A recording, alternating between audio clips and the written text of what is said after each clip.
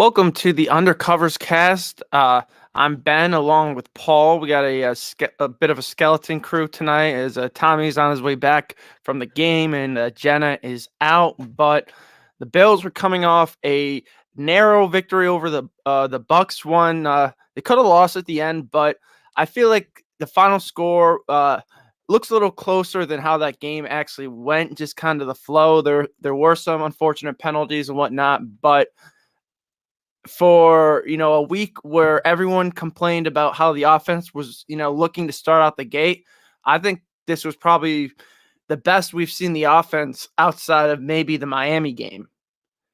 Oh, for sure. I mean, you just look at the Bills' offense that's going up and down the field. I mean, just with ease for most of the game. There were times in that second half where I kind of questioned the offense in a little bit, but I Hmm. mean, what they basically scored basically all their points in the first half and kind of called game. But I think I Right. kind of expected that. If the Bills get out to an early lead and just I didn't expect the Bucks to come back, but it was close, but Yeah, I I think think it's they a got a W. little too they definitely got a little too comfortable with that lead. I would have liked to see them maybe go for one more final kill shot, but Dalton Kincaid finally looks like a first round pick that we all thought he was going to be at tight end. He's got the second highest catch rate in the NFL when targeted, behind Alvin Kamara right now, and he's got the highest on running backs. Or sorry, not running backs. He's got the second. Blah, I messed up that stat twice. He's got the second highest in the league right now, and the first highest among tight ends and receivers with 30 or more targets. So I'm really liking what I've seen from Kincaid so far. Scored his first touchdown. And how about Khalil Shakir? Definitely played his best game as a pro. I know one time he was 5 for 5 when targeted. I don't think he had a drop as well. I mean, he looked really good. He was getting open, kind of playing that Cole Beasley role in the slot. I know that's something a lot of us Bills fans wanted to see come trade deadline, was maybe get another receiver. And I think the way Shakir and even Davis played, it kind of, I think maybe pours a little water on that fire. I'm not saying they're set there because obviously you still need depth, but really good overall production, from the offensive weapons, not named Stephon Diggs. Yeah, I mean, Shakir had 6 catches, 92 yards. I mean, he didn't have a touchdown, but he averaged 15.3 yards per catch. So, I mean, he was given the ball and he was given a chance to let's see what he can do in this offense because we didn't see much of him. And we've been calling for guys like Shakir and Kincaid and Hardy to get more involved in the offense. I mean, Hardy really wasn't involved in the offense much this game, but Shakir was involved in the offense, and it kind of opened up Gabe a little bit. It opened up Diggs a little bit. I mean, Kincaid getting that highlight reel catch. I mean, for the touchdown. I mean, just continues playing in your head over and over. I mean, opens up the rest of the offense that you want to do. Yeah, speaking of highlights, that one on the sideline, like, where he kind of Oh just, man. reran the route on Levante David where he got him spun around, and then, the toe tap, like that was just a thing of absolute beauty. Um, the news of the day, though, speaking of Buccaneers, the Bills brought in former Bucks running back Leonard Fournette. How do you feel about that? I know some Bills fans weren't really big fans of it, but I actually was kind of banging the table for a playoff Lenny in the offseason, like free agency. Um, Last year, I thought he had a little bit left in the tank at Tampa Bay. He was playing with a 44-year-old quarterback. Not a great offensive line, but he's 28 years old. And since 2019, he is the fourth most receptions among running backs.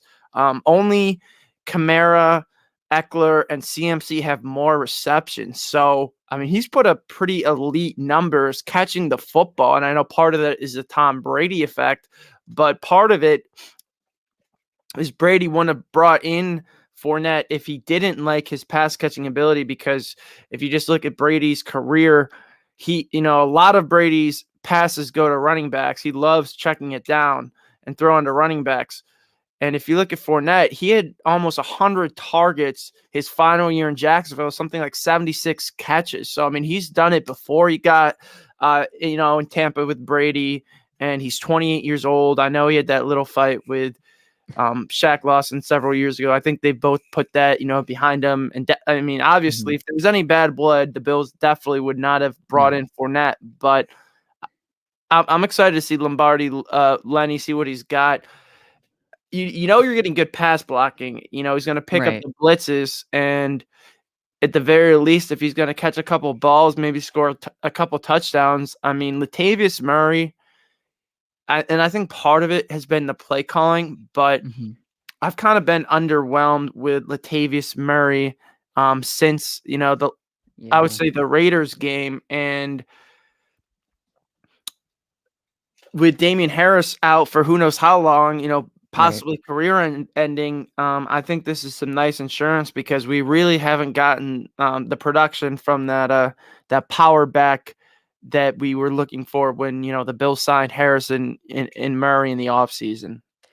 Yeah, I mean, the letdown of Latavius Murray is kind of like, he was the insurance policy to Harris and Cook, and, Yeah, if all things go wrong and here comes Latavius Murray, I mean, I was excited for Latavius Murray actually heading into this right. year. I mean, he was that 700-yard unknown, like, unfinished product, but, playoff Lenny, I mean, he might not be, an impact right away, but I think he's going to be that kind of that veteran piece to kind of get this Hmm. running back room going, kind of get James Cook going a little bit, maybe give him ideas of how to break a tackle or how to run straight up the gut and power your way through. I mean, train a different little bit differently, I think he's definitely, he gets his nickname for a reason, Playoff Lenny. I mean, Right. you get to the playoffs. I mean, what are the Bills are going to have to do when they have to probably go on the road for it? I mean, depending how the division looks like, 3 straight road games. I mean, that's important, in January football to run the ball, and you're kind of starting to see where the Bills want to head as the season goes on. They want to shift to a more balanced slash maybe slightly run heavy, but slightly not over heavy. But they want to start running the football. And how you start running the football is by getting guys that can actually run the football. Yeah. And when you bring up a good point. When you get down to these, cold winter months, you're going to have to run a football, and that's why you want to back like Fournette. And I mean, just kind of speaking on the trade deadline, I know that's something we're going to get into because this is a trade deadline show. Because we're less than 24 hours until the trade deadline. But I saw a report earlier that Baltimore was close to reaching a deal with Henry. And man, can you imagine Henry Oof. with Jackson?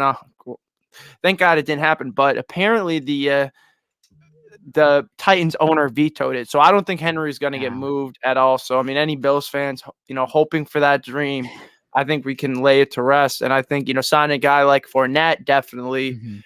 ends any maybe running back type moves. But moving on from the Bucks game, as we get into the Bengals game, Cincinnati. I know a lot of people wrote them off because Burrow, he was limping around early in the season and he was struggling to make throws. But yesterday he looked, like the Joe Burrow of old, and that playoff guy that came into Buffalo and that's gone into Arrowhead and won in, these tough road environments.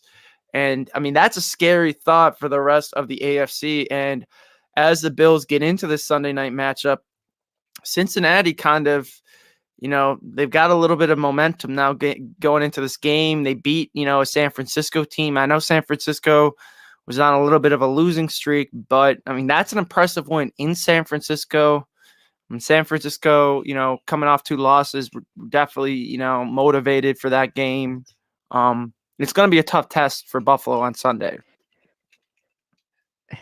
I tough test for them maybe defensively, but I think offensively, if they show, what they got, against Mhm. the what they did against Tampa Bay. I think they can go pound for Oh, pound, punch 100%. for punch. I think, if the But Bills defense can't get a few stops, this game might turn into, a 35-30. I mean, possibly, are we talking both teams ending in the 40s type of football game? And, that's the feeling I get with but this game. 100%. But my worry is with, the Bengals having a slightly Mhm, better overall defensive unit now, mhm, they might be able to get, one more, a couple more crucial stops, force a turnover or something. With how depleted the Bills defense is, like, you they're gonna have to come to play today.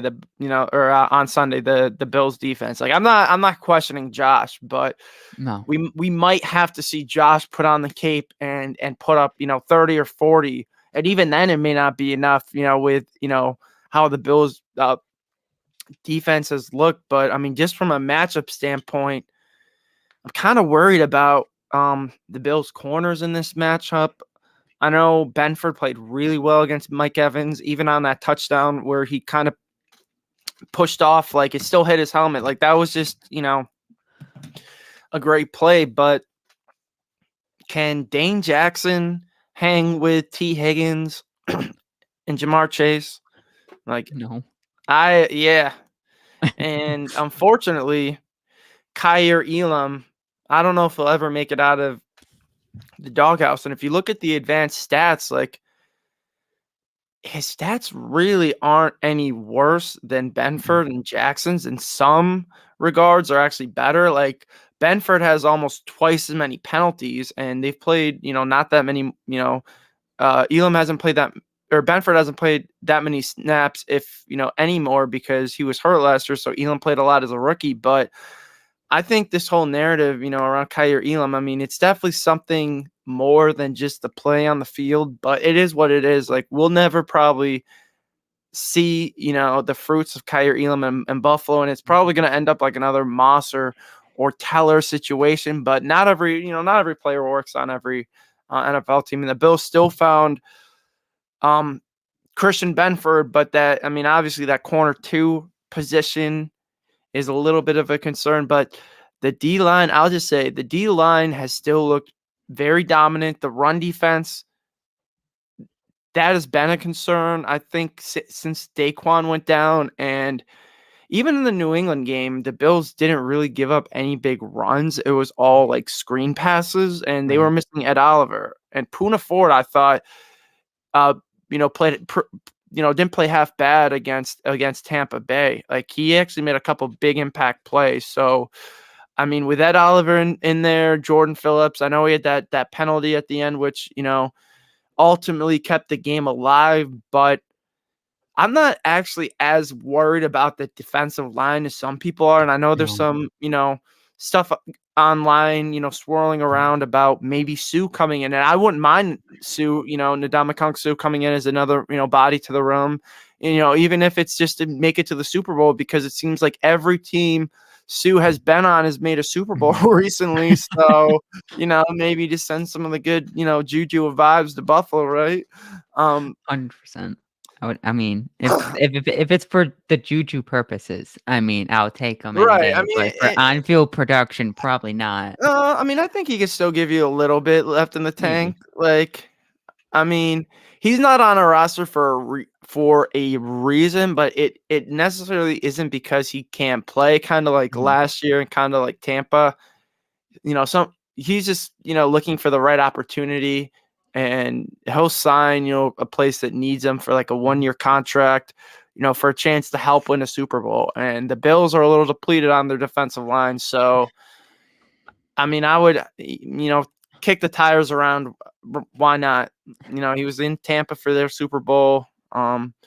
He was, in the on LA at one point. He was, in mhm, Philly last year. Like, I don't object to bringing Sue at all. I know some people, were interested in Calais Campbell, who is the same mhm. age as Sue. So, I mean, Yeah, ultimately it's just another depth piece. But I right. think the Mhm, linebacker and corner are the two biggest weaknesses on this defense right now, because the defensive line still looks awesome to me. Um, The pass rush is still getting there. I mean, there was a couple sacks that were either, I mean, one was negated because of the penalty. Mhm. The other, Baker Mayfield, you know, just pulled a Houdini. And I think, if that was, Joe Burrow or Patrick Mahomes, that's a sack. But the fact that, Right. Mayfield's a little shorter, he just, he spun under Leonard Floyd. But, Yeah. I mean, the pass rush still looks good. Like, It looks fine.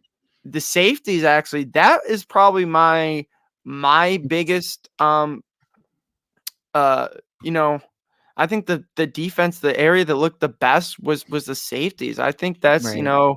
what I was most impressed with from McDermott was how he was playing, Poyer more as a downhill linebacker, and it was effective, and Poyer looks good. Like, you don't, it's not really as noticeable his age or her speed, because in that area of the field, he doesn't really have to run as much and cover as much Mhm. distance. So he's not really exposed as much. And Hyde, I mean, to me, Micah Hyde looks like he could play at an elite level for another couple of years. I mean, it really doesn't look like Hyde, missed a step from that injury, and being, 32 years old. I thought even Taylor Rapp played pretty He looks well, fine. Yeah. in coverage, as that other deep safety. Like, that penalty they called against him, like, that was a bad call, if we're being honest. Like, that should not have been a PI. Like, I think that was a good play by Rapp. My I guess, on the on the topic of defensive concern, and obviously I would agree with you on that PI, is really it's I guess I'm my corner isn't concerned. It's like a 1A to where I would think where I really want our concerns to be, at the deadline, in less than 24 hours is linebacker. I mean, you said it a few shows ago. You said your huge concern was linebacker, and I was kind of like, no, it has to be corner. And I'm starting to buy into that linebacker is going to be an issue. I mean, the middle of the field for Buffalo is horrible. I mean, Oh, it's not completely horrible, it's because okay. Terrell Yeah, Bernard, if the he's a goat. Bills I mean, can you imagine if the Bills didn't hit on Terrell Bernard? We were all Just talking yeah. about in the offseason how big of a concern Terrell Bernard is. But I mean, the fact of the matter is, he's been playing at a level past, you know, none of us could either, or none of us, Bills fans or analysts could even have imagined. Like, and if the Bills didn't have him, they would be in an even bigger hole. But yeah, like, outside Yeah. of Bernard, like, that is a big weakness. And I think that's why you saw Poyer come down, and drop down in there to kind of help in the middle of the field. And I expect we'll probably see more of that going forward, just because it worked. Um, Against Cincinnati, I think you're gonna have to play a lot of D back, defensive Yeah. backs as well, just because of how many receivers they play. They might give you some 4 receiver looks. So I mean, it's gonna be interesting to see how McDermott plays this defensive game versus Cincinnati. I don't expect Kyer Elam, to be in the mix, even though I think he would help a lot against this team. Um, I don't even know if Kyer Elam's going to be on the team, to be honest with you, come Sunday. And we might, I mean, who knows? We might see another Bills defensive back in that room um, come, tomorrow or even today, depending on, what transpires in the final. I don't know. What are we, like, 20 something hours away from the trade deadline, 22 hours away? I think it's what, like, What is it? 5, 4? Yeah, it's 4 o'clock tomorrow, so 4 o'clock tomorrow. Yeah, so we're about, yeah. give or take, 21, 22, or sorry, like 21 or 20 hours away from it. So less than a day away. And kind of there was a, Benjamin Albright dropped a little bit of a bomb today, um, when he reported that the Bills were in the mix, um, for Bears cornerback Jalen Mhm. Johnson, who's in the final year of his rookie deal, and Jalen Johnson has played phenomenal this He season. has. San Francisco and Dallas are also in the mix, Mhm. according to Albright. And San Francisco definitely needs one, just based off of their last couple of games. I mean, that's a major weakness for them. But I mean, if you're the Bills and you have the opportunity to go out and get Jalen Johnson, it's going to cost you some draft ammo. Mhm. But I think Kyer Elam is a decent trade piece to go in that deal. And yes, they have to extend Jalen Johnson, but if you can trade for Jalen Johnson to go with to pair opposite Christian Benford, that's your starting corner duo for the next foreseeable future. And that's a very dang good corner duo between Johnson and Benford. Yeah. So that is the type of move I think the Bills can make tomorrow's deadline that would actually significantly move the needle as far as where this team can go, the trajectory of the season. I'm not saying this team's Super Bowl aspirations are dead, because to me the AFC is very wide open. It's But stacked. if you want to, seize the throne and make a great claim for it and really help boost your odds and chances, I think a Jalen Johnson is really going to help this Bills defense. Specifically to the Bears, giving a developmental piece to them, I think weighs more than maybe giving up a second round pick to the Bears, for a Jalen Johnson, if he's gonna cost that.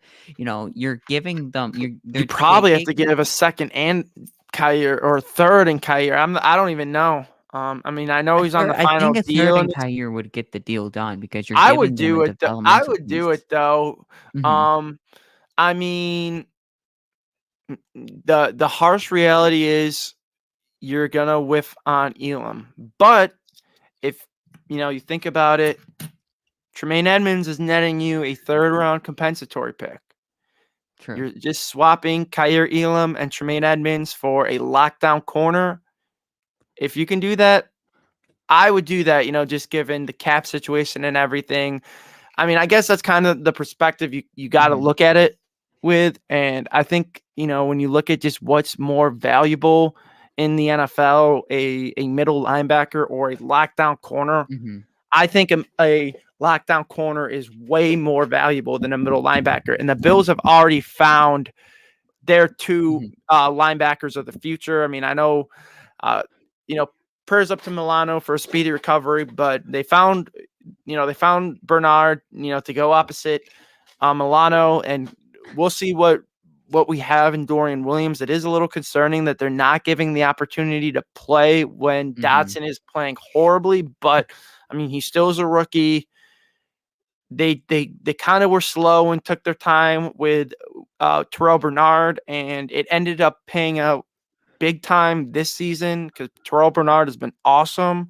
So, you know, the Bills make a move at the deadline. I think it's probably going to be on defense. Like, oh, yeah, I mean, 100%. as much as I would want to maybe, boost the offense, because as much as I like the performances from Gabe Davis and Khalil Shakir on Thursday, the harsh reality is they just haven't been consistent enough all season. Gabe has had a seven yards in one game. He had 20 in Mhm. another, and then he goes off for almost 100. Career highs, and Shakira's almost like 80 yards. I think that game alone he outproduced his entire season output. He What had what to, oh, he's right?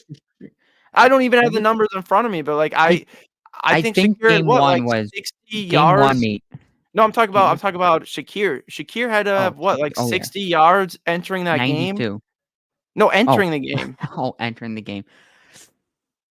Something like that, I think so. I think he And had, like, and that 61 entire maybe-ish. that entire game, he outproduced his whole season output. I mean, Oh, yeah. he had a great game, and I think, you definitely could say, at least in the going forward for the future, like, dang, we may actually have something for uh, Khalil Shakir, and for the OG Khalil Shakir truthers. I'm definitely way back in on the Khalil Shakir train, but even as a pretty big Khalil Shakir stan, I don't know if one game like that from Khalil Shakir, almost as Oh. Shalil, it's almost a tongue twister, but one game from Khalil Shakir like that, I don't know if that warrants to really put the full trust in him, because at the end of the day, that's one game from a second round, fifth round pick or second year, fifth round Mhm. pick. Like it's great signs and progress, but it's it's almost like young Gabe Davis 2.0. Like some games he's you know good, and then other games he'll just boom and blossom. Like it's a roller coaster, and we're still on that Gabe Davis roller coaster. Like Right. I mean, we just went down the hill. It was great, but who knows what we're going to get in Cincinnati? Like, we are going to need Gabe Davis to step up We on need him. Cincinnati. Like, I Kincaid, I think, can have a big game, but it cannot just be Josh Allen and Stephon Diggs versus the Cincinnati Bengals. They got good corners and good defensive backs. So, I mean, it's going to be I'm going to be interested to see how Gabe Davis plays versus them. And, you know, who knows what moves are going to transpire tomorrow, but after seeing the way that Hopkins looked with competent quarterback play, and you can still get him for 1.2, a million, just over less than a million and a half, like Right. um, 1.2 million for DeAndre Hopkins. I know it's a rental. I mean, I would almost overpay for that just, to see how good this offense could be, because he definitely still has stuff left in the tank based on yesterday. And you can't say that Gabe Davis at this point is a better option at wide receiver 2 than DeAndre Hopkins, even at DeAndre Hopkins' current age, because DeAndre Hopkins looked like vintage D-Hop against Atlanta, who actually has a pretty good secondary, like AJ Terrell, Jesse Bates. Like, those are good defensive backs. And D-Hop was cooking them with He was. Will Levis. Like, Mhm. I mean, can you imagine the heights of this Bills offense with Stephon Diggs opposite D-Hop? You have Dalton Kincaid in the slot. Jeez, I you could mean, do you could everything. throw out Gabe Davis. Like, I don't even care what, happens to Gabe Davis. Like, no offense. Like, all respect to Gabe Davis, but like, you don't need Gabe Davis. That's my point at that point. Like, even slot in I Shakir to be your wide receiver 3 or whatnot. The run game is that much more effective. Like, it's ultimately another fail safe for Josh, right?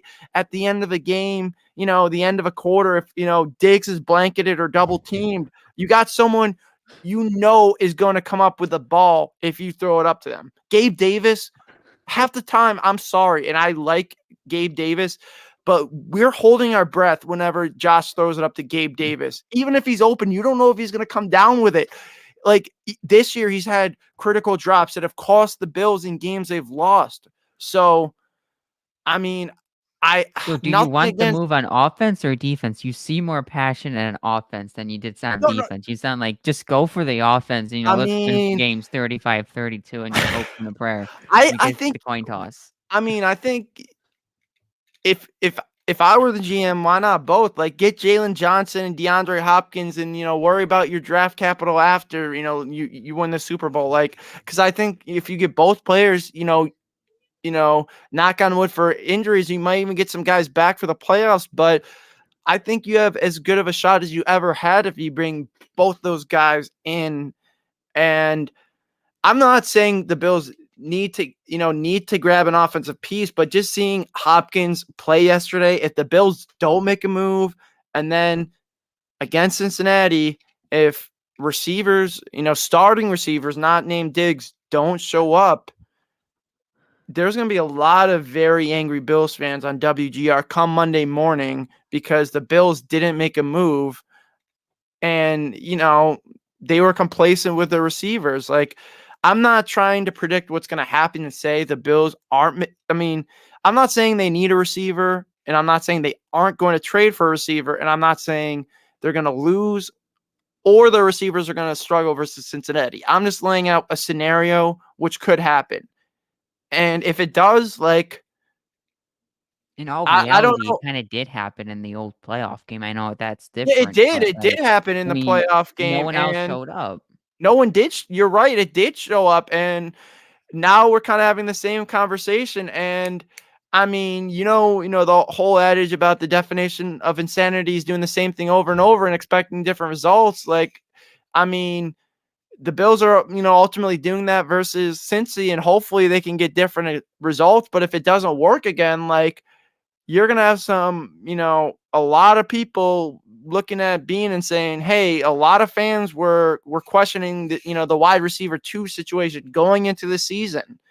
And Mhm. if the offense does come up short against the Bengals, like it's not going to be a great look when you know obviously it was an area maybe not of complete concern, but there was a little concern. Like, I mean, people were talking about it. If it wasn't an issue, people wouldn't have been talking about it as much in the Mhm. offseason. The Bills wouldn't have scouted JSN at his pro day. They wouldn't have, had dinner with Addison, and met with all these receivers. Like they knew they needed to add talent. They ultimately, chose a tight end, which I think was a great pick.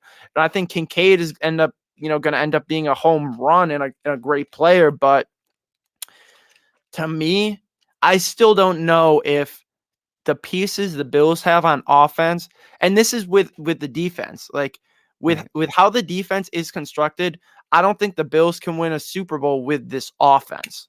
If the Bills had the full complement of defense, they had a full, a healthy Trey White, opposite Benford, who's playing lockdown, a healthy Milano, a healthy Jones. And if Von Miller came back and they were a top 3-5 defense, like you don't need to score, in the 30s because I think you could still reasonably get in the 20s. And just because of how good your defense is, I think they'll create more scoring opportunities, if not score themselves, like we've seen them do a little bit early in the season.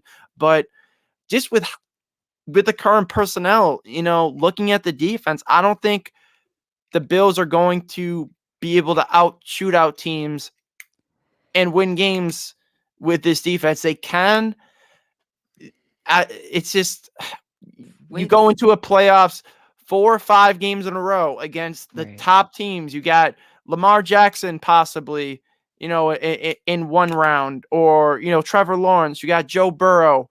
You got Patrick Mahomes. I mean, even the Chargers are hanging around and have a lethal offense. If they can, scrap together some wins. Like, you're going to be playing all these great offenses, and you get to the Super Bowl, you're going to be playing probably Jalen Hurts and those guys. Oh yeah. And those Uh, teams have defenses too, and are right. healthy on defense. Are you fully confident for 4 games that the Bills with this receiver talent can can scrap together 4 games? I believe I in Josh Allen, but at the end of the day, you know, I need to talent see ultimately more. prevails. I need to see a little bit more. I wouldn't say I'm fully confident. If the Bills decide at the deadline they're not going to go with the receiver, I'm not going to say the dreams of a potential big run is over. I just think the defense would just have to step in just a little bit.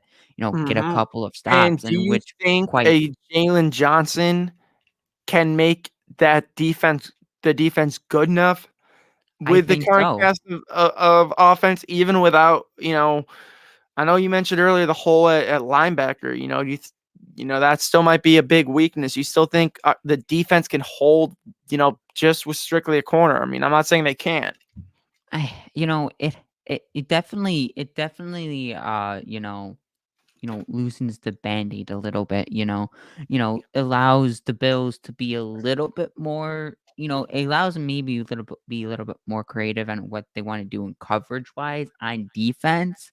You get a guy with Jalen Johnson. I personally think Mhm. the Bills have to go defense. Do they I mean, to me, if I'm Brandon Beane, I'm looking, at this defense, I'm just like, I don't feel comfortable winning games 35-30 and throwing it all on the offense to get us a win, which has been for the last few weeks. I want to ease the pressure off my offense with getting a defensive guy, Jalen Johnson. I mean, maybe double dip on defense. We talk about trying to get two guys, one on offense, one on defense. Why not double dip? Try to get a guy in, in the line. A suitable piece for the linebacker position and at the corner position. I really fear the middle of the field is the biggest weakness because if a running back gets through our defensive line and our or a quick slant across the middle of the field, a corner, good coverage from a corner could knock the play. What if it's a bad Right. coverage by the corner? Then your linebackers have to step up, and the linebackers haven't done it. It's kind of like pick your poison on defense. Corner or linebacker, which one you think Sure. overall gets A- you to the where you want to go? Me, And I I lean guess linebacker. it's really which player that's you know it comes down, there's two, a trade obviously involves two people. Two people need to tango and dance. So Mhm. it's got to work, for the Bears or the Lions, the Tigers, whoever now, but the Broncos, whoever we trade with, Whoever. it's gotta work from a salary cap perspective, and it's gotta be enticing. So even if a player, we want on a bad team, the Bills may not outbid, another team, or they may not pony up a good enough offer. So I guess it really at the end of the day, it's going to come down to, what fits into the cap and what's the best bargain for the Bills. And I do have an update for you just on the Bills trade deadline. Mookie Hawkins from WUFO is reporting that the Bills will not be trading Kyer Elam tomorrow Oh. prior to tomorrow. So Elam is reportedly Isabel. still going to be a Bill, so that makes the situation with him being benched a little more confusing. I don't know if there's maybe like some kind of disagreement with the front office and coaching staff. It's kind of This is so interesting. weird. It's It's very weird. Like you make him healthy and active, and you sign Josh Norman off the street, and then you're not going to trade him, but you're just going to make him healthy and active. Like I don't get it. he Like has this. he ha I guess they're playing him now I mean, after I don't know this unless week. he just like, they were trying to discipline him and just, have him learn from the bench and like kind of see the field with like both Jackson and Benford out there healthy because, even though we've been missing Trey White, if I'm not mistaken, we also have not had both Jackson and Benford healthy together before Thursday. So that was Mhm. the first time we saw that duo healthy opposite each other all season. So maybe I mean this isn't just a conspiracy, or this is just a theory. Like I don't know. This is could McDermott have just wanted him to sit on the bench, learn on the sidelines just to see like positioning and stuff, and then next week he'll bring him back. I mean, if you're gonna play Kyer Elam though, this is the week you're gonna need to play Kyer Elam against Cincinnati with all those receivers. Like match him up against T Higgins and just let him hand fight or whatever. Like they're going to need someone with a little more physicality than Dane Jackson in that matchup. And I don't know what the Bills are going to do in this trade deadline, Paul. Now, like that news, I mean, that was almost like a bombshell because I was almost expecting, you know, Elam to be dealt and to be some type of centerpiece in another package. And You I mean, I still, if I'm gonna give a percentage, I still would say I'm 60% sure the Bills make a trade tomorrow, and I'll maybe say I'm like 15%, like or 10% sure they'll do two moves. So, I mean, I think we might, still have a couple moves left in the chamber if we're lucky as Bills fans. Not a, I mean, it's not very likely, but no. I give it, maybe a 10% odds that we make two moves, but I still think we'll do something. I don't know if it's corner though now. Like if maybe you know Bean just called around for Johnson and got cold feet because the price was too high, and if he goes somewhere else and balls and the Bills have a cornerback call, that's going to be a dang shame because the Mhm. Bills have a massive hole on corner. I mean, I just guess kind of It's spitballing like trade ideas. We got linebacker. I mean, Josie Jewell, maybe Malcolm Rodriguez are two names that come up. Jack Sanborn. But it seems like Denver isn't moving anyone. So, I mean, that might take Jewell off the board. So, I mean, it's linebackers it's a limited class. it might be slim pickings, and like defensive tackles kind of the same way. I mean, and that might be why if you're looking to make a move that pushes the needle, it may not come on defense because trading for a fringe starter depth piece may not make your team actually better. But if you can get an impact player, even if it's a receiver, like that's why I'm still inclined to think we may have a receiver type move in us. Um, I mean, that's my personal wish list. DeAndre Hopkins, Hollywood Brown, Cortland Sutton. They're the top three in my book right now. I like Judy as well. Mooney Yeah. would excite me. His speed. There's other guys like uh, who's that other receiver at Arizona? Um, I know Greg mentioned him on his show. Gadget guy Gadget from guy. Purdue. Oh, Rondale Moore? Yeah, Rondale Moore. I know he had mentioned Rondale Moore. One of my personal favorites too is Curtis Samuel. Like, oh, could you imagine a package deal that netted you Curtis Samuel and Kendall Fuller? Like, that would be a haul for the Bills that would, I think, help them overall. But I mean, I don't know, Paul. What do you think on this trade deadline for the Bills? They have. I mean, it's a must-have to do something. I mean, they cannot go into Monday at 4:01 or 4:02 and say what we have on our roster is good enough to get us to where we want to be. Because personally, I don't think we are good enough to be where we want to be. Doesn't mean we can't get to the playoffs, but I mean, we're probably not winning 11 games. We're probably 10-7 sneaking our way into the playoffs and hope and a prayer that we become a magical team that can run the board because I don't really trust this defense to stop the top offenses in the league, but I also don't have full confidence in our receiving core, or per se our offensive coordinator to stay Mm-hmm. consistent enough to where our offense can fully groom and be to where we want our offense to be. It's a That's a weird good point. it's a weird combination because Gabe plays 100%. He plays way better in 11 personnel, but we want to play 12 personnel. It's a Right. weird combination. I brought this up last show, and I'm going to bring it up again. Uh, Gabe Davis, when he takes 70%, 70, at least 80% or less of the snaps, the Bills most likely will win. When he's not on the field, really, and has like this kind of like this wide receiver 3 kind of side role type of role on this offense. I mean, we normally do better when he doesn't, except for Tampa because he had 99% of the snaps. But I mean, when Mm-hmm. he's really off the field, the Bills do better rather than him on the field and taking all these snaps.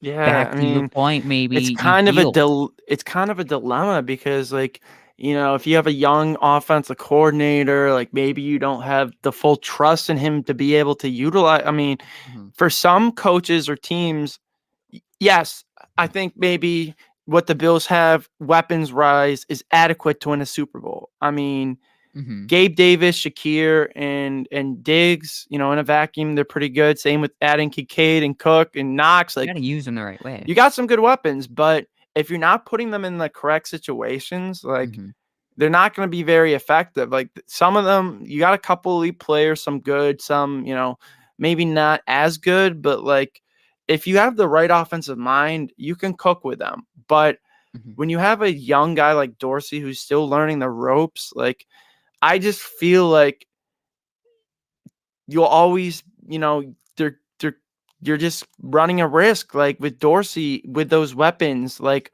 why not give, if anything, you're giving not only Josh, but you're giving Dorsey another fail safe by adding another elite weapon because they're still gonna, be able to perform and go out and make a play, even if, the play isn't, schemed up for them to be put in this situation or, designed for them, right? Like it's mhm. another fail safe. And I think this defense, like they're gonna have their biggest test of the season on Sunday, and McDermott is going to coach one of his best games of his career, at least as a defensive coordinator in Buffalo. Like he's we're this is gonna be the ninth game into the Sean McDermott experiment at defensive coordinator. I think it's worked in some situations, it hasn't in others, but you're also dealt the hand you're dealt with the injuries. But I mean, now that they know who they're down and missing, like they're gonna have to make adjustments. Like every other team in the NFL deals with injuries. You know, the Mhm. Chiefs lost Bolton. Or, yeah, it was Bolton, right? For like 4 weeks due to that hand Yeah. injury. I Mhm. mean, the Jets have lost players on defense. The Dolphins had been missing Ramsey for a good portion of the season. Getting him back is a huge boost. I mean, there's other teams who've lost players. Falcons lost Grady Jarrett, but you're gonna have to deal with injuries in the NFL and make adjustments. And you can't just keep making the excuse that the Bills are missing X, Y, and Z, because you know what? There are other teams missing more or about the same. It's part of football. It's a violent and it's a brutal sport. And I mean, you just kind of gotta adjust for the injuries and game plan around that.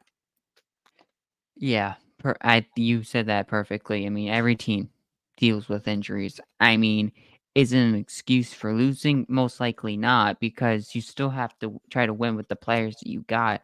I mean, for say the Chiefs had nobody at receiver last year, and they still won a Super Bowl. And I mean, at points, their defense played like absolute dog doo doo last year, the Chiefs. I mean, then they still won the Super Bowl. I mean, this year the Chiefs still have nobody at receiver, and their defense is just playing stout. And they're 6-2 or something like that, 5-2, Yeah, somewhere the around Chiefs are there. 6-2 right now. I mean, the defense has been Yeah, the least of their issues this season. It's it's been the just like offense.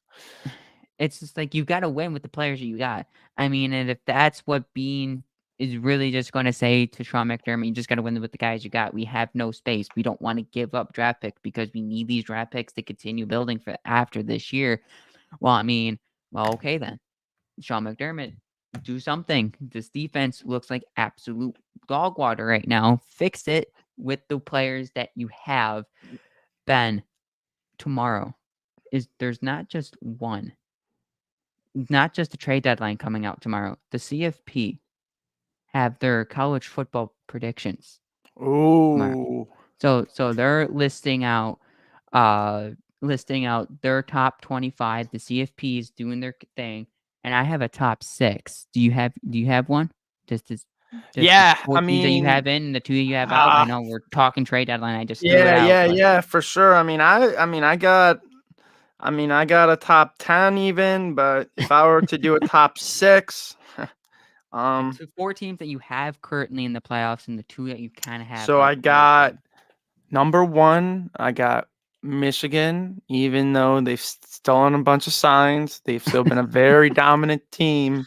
Um, and I guess we'll see how they play going forward without that coach has been stealing the signs, but they've been good. Michigan 1, Georgia 2, and I was even more impressed with how they played without Brock Bowers.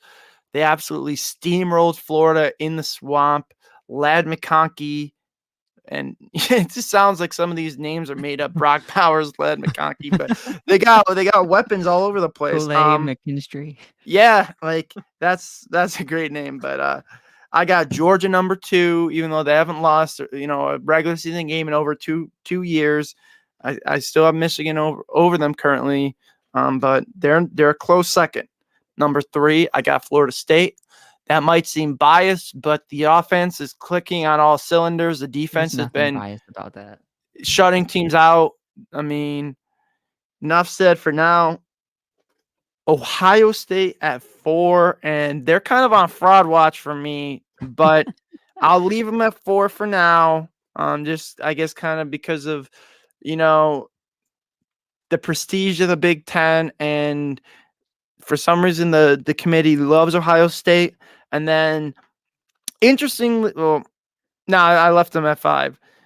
Washington is still at 5, even though I initially put Oregon ahead of them, but I still can't do that just because Washington did beat them head up or straight up head to head. I mean, it was a close game, which, landing arguably cost them with bad coaching decisions, in the red zone, but they still won that. So I have to give them respect. But at 6, I have Oregon, and that's a very close 6. So those are my top 6. Okay. So Washington and Oregon, you kind of like that could be that interesting team that could find Yeah, their it's like the way into first the 2 out. But, yeah. I think whoever loses, they're both those teams are sliding up the rankings and they're gonna Yeah. creep their way in.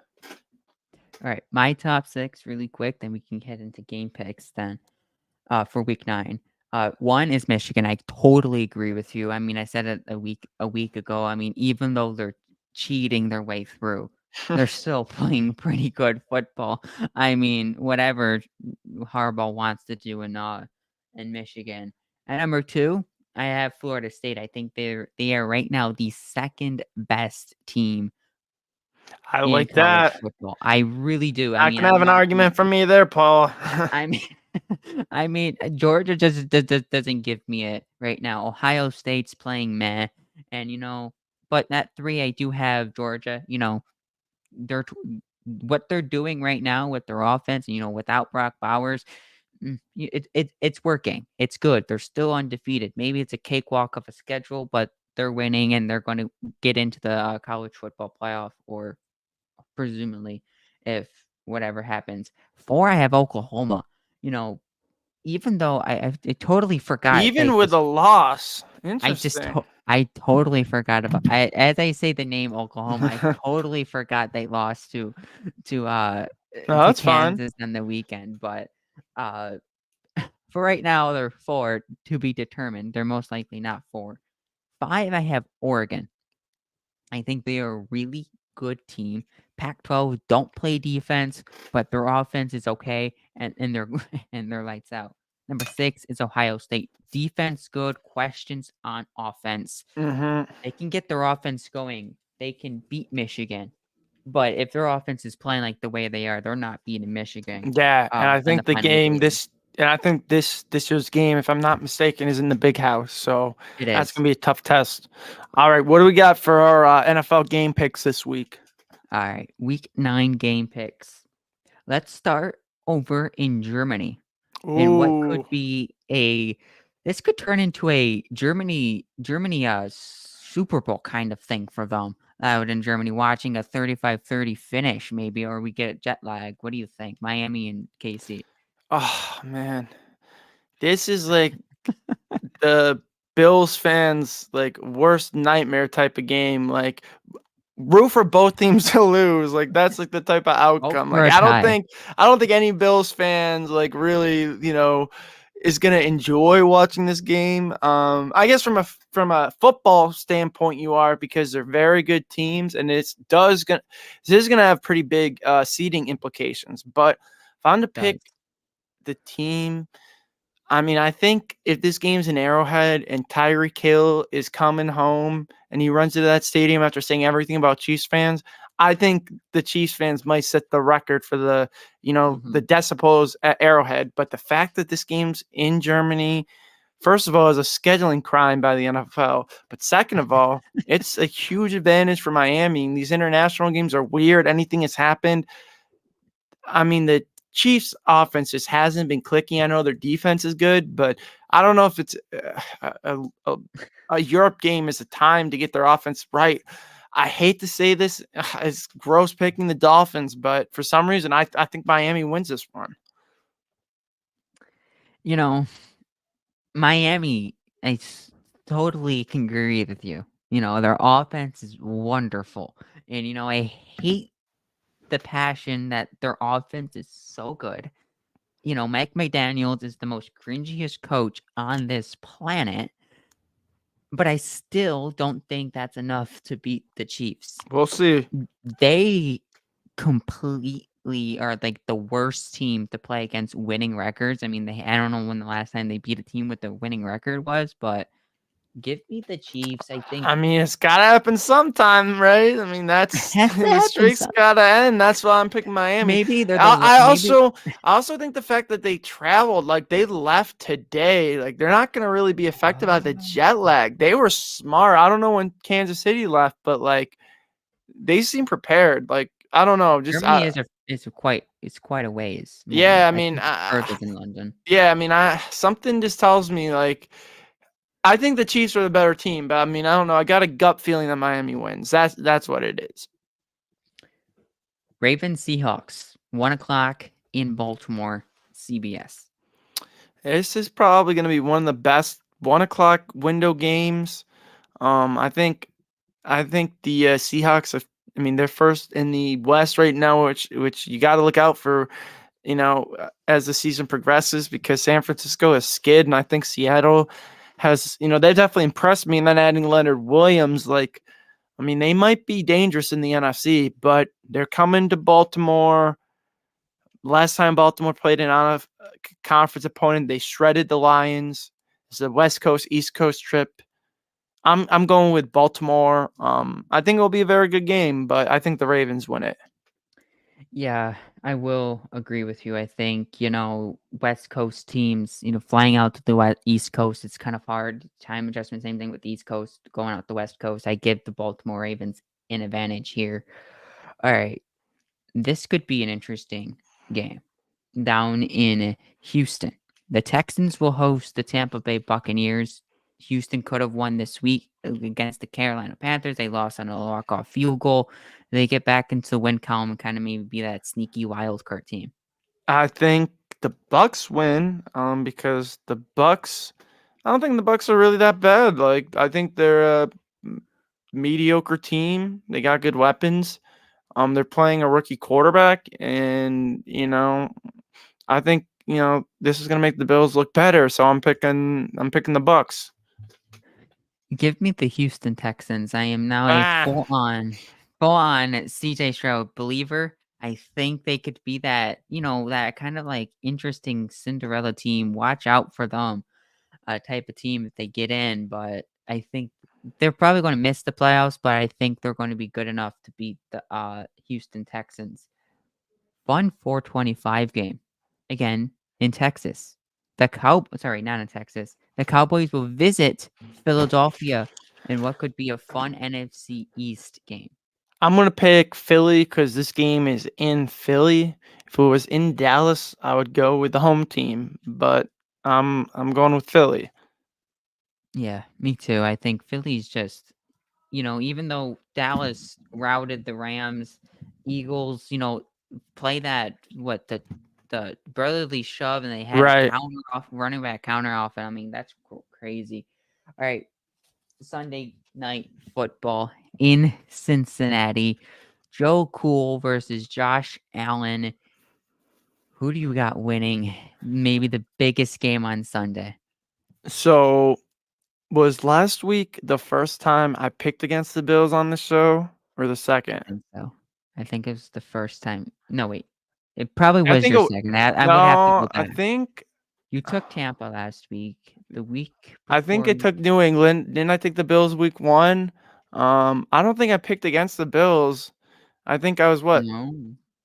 5-2 against the Bills? Maybe I picked against them. I'm trying to think, but You maybe hold on. I uh, mean, as you talk, I can yeah, probably yeah, yeah. But I don't research know. them. My my point was maybe me picking the Bucks was what the Bills needed.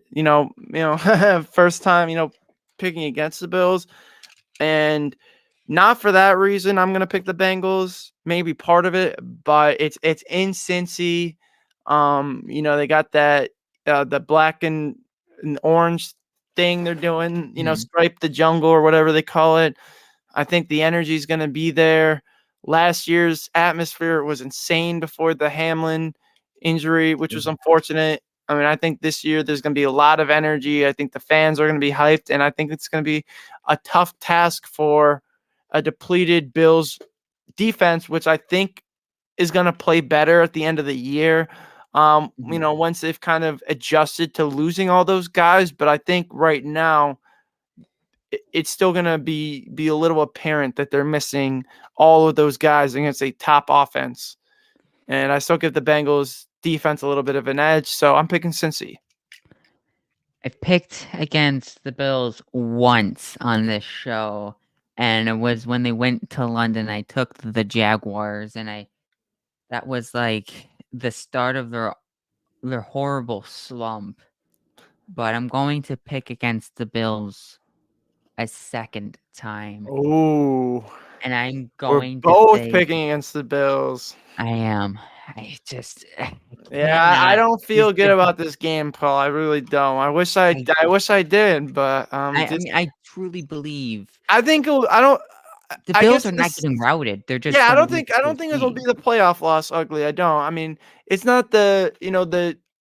That's not the feeling I'm getting in this game. I just think a win. I'm not expecting a win. If they win, I'll be pleasantly surprised. It would be a nice surprise to start November, but we still have one more game pick before we leave. It's on Monday night in the Meadowlands. Chargers going on the I'm s- road to the I'm gonna Jets. stop picking them because I picked them last week and they won. So give me the Chargers. I don't Every think the Jets win. Um, I know they got that great defense, but Justin Herbert, he shows that he's the type of quarterback to be patient and check down. He'll throw it 15 times to Eckler if he has to, and I don't know if the Jets defense, can cover the running backs out of the backfield like that. I think Quentin Johnson is starting to come into his own. So I mean, even if Sauce locks down, Keenan Allen, I still think the Chargers will have enough offensively to beat them. Yeah, I'm going Chargers too. I mean, I didn't pick them last week. You know, on Sunday they got clobbered by the Bears. I thought Tyson Bagent was going to actually do something. But give me the Chargers. They're going on the road. I mean, Meadowlands is a tough place sometimes to play. I mean, it seems like every time a somewhat decent quarterback goes into the Meadowlands and they just somehow lose the game. I don't think that's going to be the case. I think Justin Herbert's going to play like Justin Herbert, but he's gonna win that game, or just the Chargers defense might just sell out, just win that game and hold the Jets to like 2 points at the end of the game.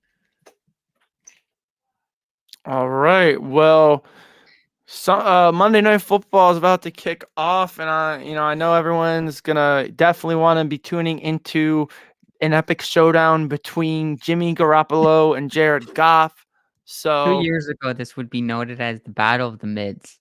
it's a former NFC West rivalry and showdown between the former Ram, the former Niner. I mean, they face each other how many times? But, anyways, that wraps up this show. Thank you everyone for tuning in.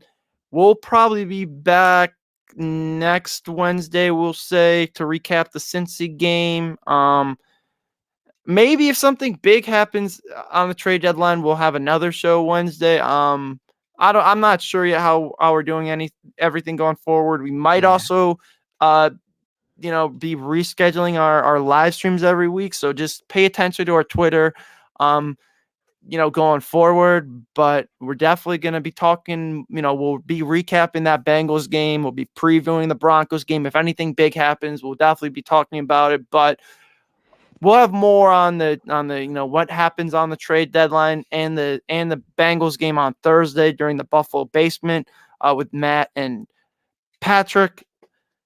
Anything else from you tonight, Paul?